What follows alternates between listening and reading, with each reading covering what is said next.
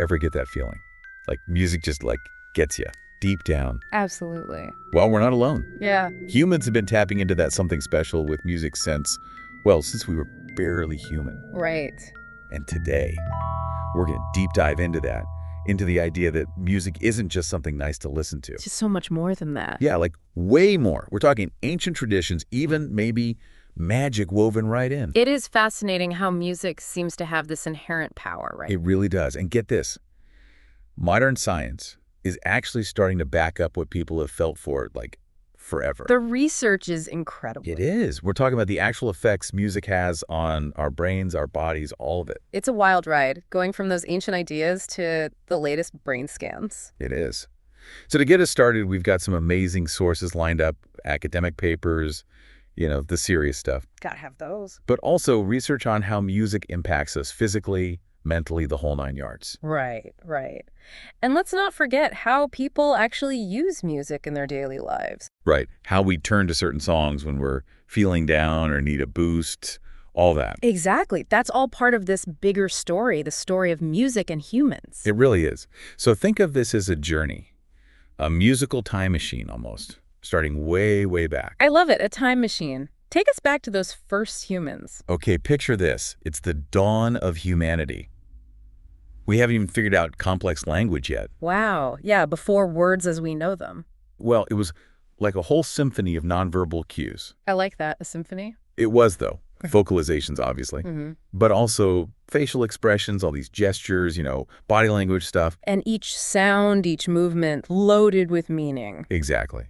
And here's something else. These cues, these sounds and movements, they were totally tied to how we were feeling physically. Like our heart rate, our breathing. All that, yeah. And that created a powerful sense of connection, belonging. I can see that. Even our primate ancestors were doing it. Really? Like who? Well, there's this research on bonobos. Super interesting. I've heard of them, but fill me in. Okay, so they have these vocalizations that are incredibly complex. But no real words. Nope.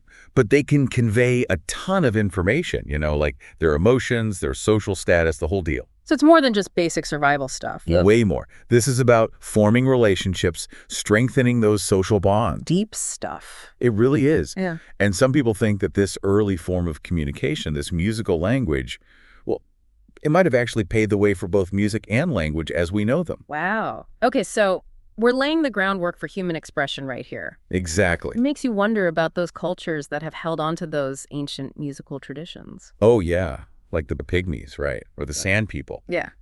Their music is, mind-blowingly complex. I've heard snippets. Polyphonic singing, intricate rhythms, the whole thing. It's incredible. And what's so cool is some people think that their traditions might be echoes of the very first music that our ancestors carried with them as they migrated out of Africa. Like living fossils, but musical ones. Totally. But think about those early humans. They were using music for everything. Rituals, hunting, social cohesion, you name it. Makes sense. It would have been so powerful for them. It was. And even, for passing down knowledge to the next generation. Like storytelling through music. Exactly. Yeah. So we've got music as this essential tool for survival and for creating meaning. So much more than just pleasing sounds. Exactly. And that leads us to this really cool idea. Music is a bridge between the physical world and the spiritual world. Now we're getting into the good stuff. I know, right? For a lot of ancient cultures, music wasn't just for enjoyment. It was built right into their rituals and beliefs, a way to connect with something bigger than themselves. Like a direct line to the divine, almost. That's a great way to put it. There's this anthropologist, Suzanne Furness. She actually called music the very means man has to make contact with these supernatural forces. Wow. I get chills thinking about it. Me too. And, even today, certain music can evoke such strong emotions in us, right? Totally. It can transport us to different states of mind. Like we're tapping into something ancient and primal. Exactly. And what's so fascinating is that science is starting to catch up.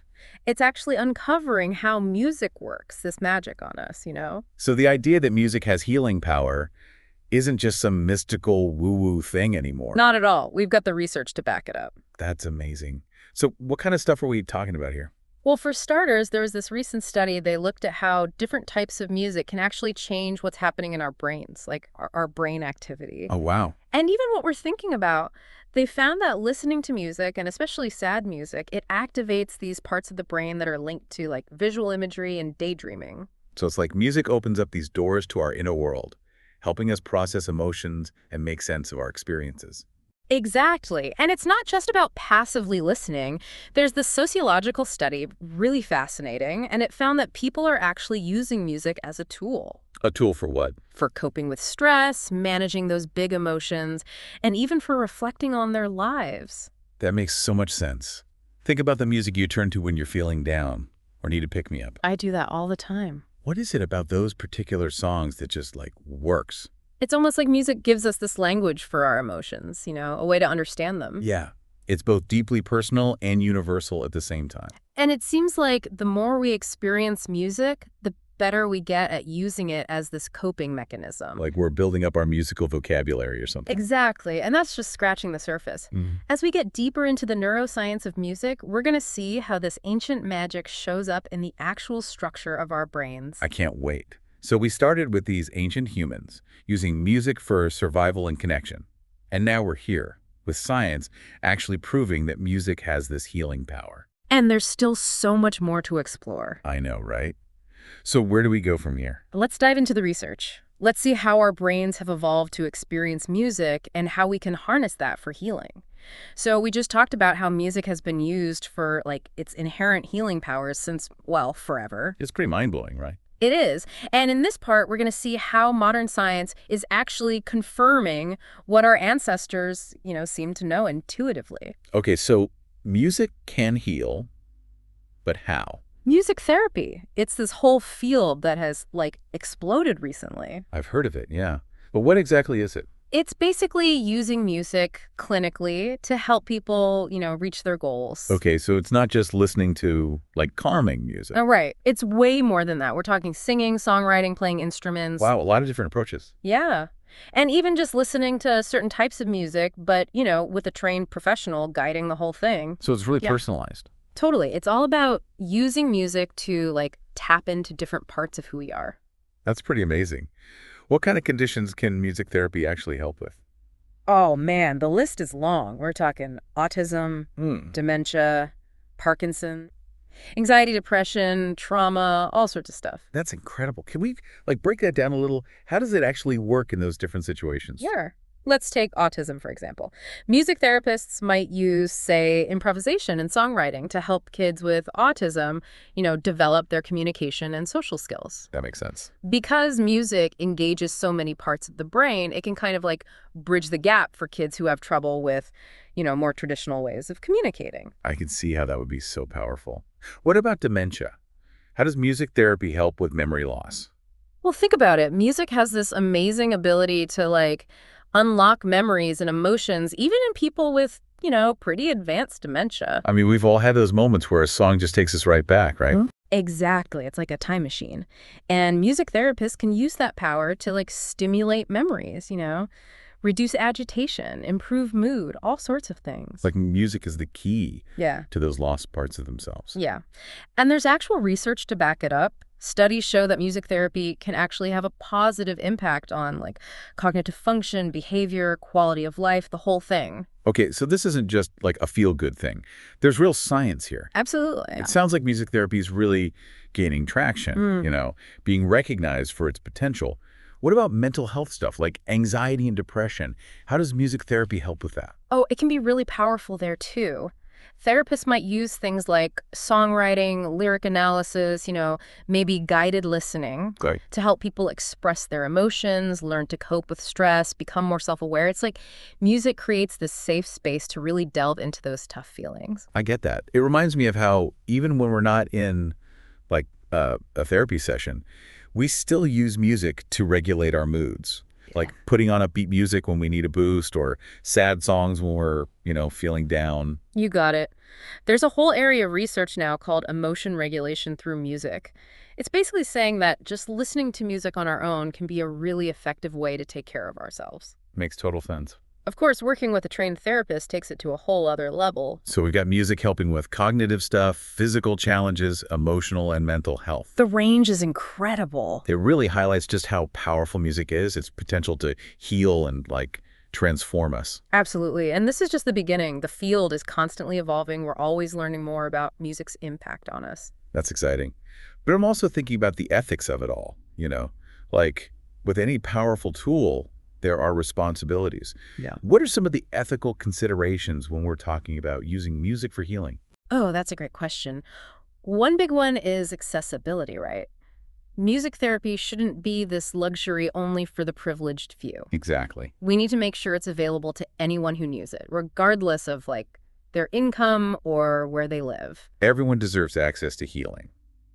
What else should we be thinking about ethically? Cultural sensitivity is super important. Music is so personal, so tied to our cultures. I can see that. Therapists have to be aware of their clients' backgrounds, their musical preferences, and really respect them. So it's about making sure that music is used in a way that honors each person's unique, cultural context. Exactly. And of course, just like with any therapy, confidentiality is super important. Right, of course. It sounds like there's a real balance here, recognizing music's potential, but also using it responsibly. Totally. And as music therapy keeps growing, we need to keep having these conversations, about the ethics, about making sure music is used safely, effectively, and fairly. So we've seen how widely music therapy can be applied and some of the ethical things we need to be thinking about.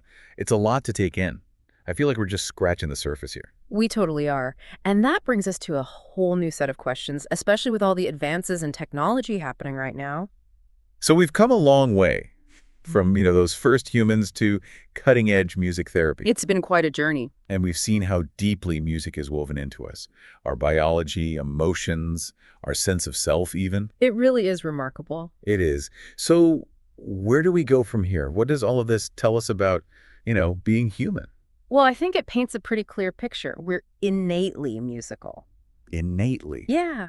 Think about it. Our ears are incredibly complex, designed to pick up all these tiny nuances of sound.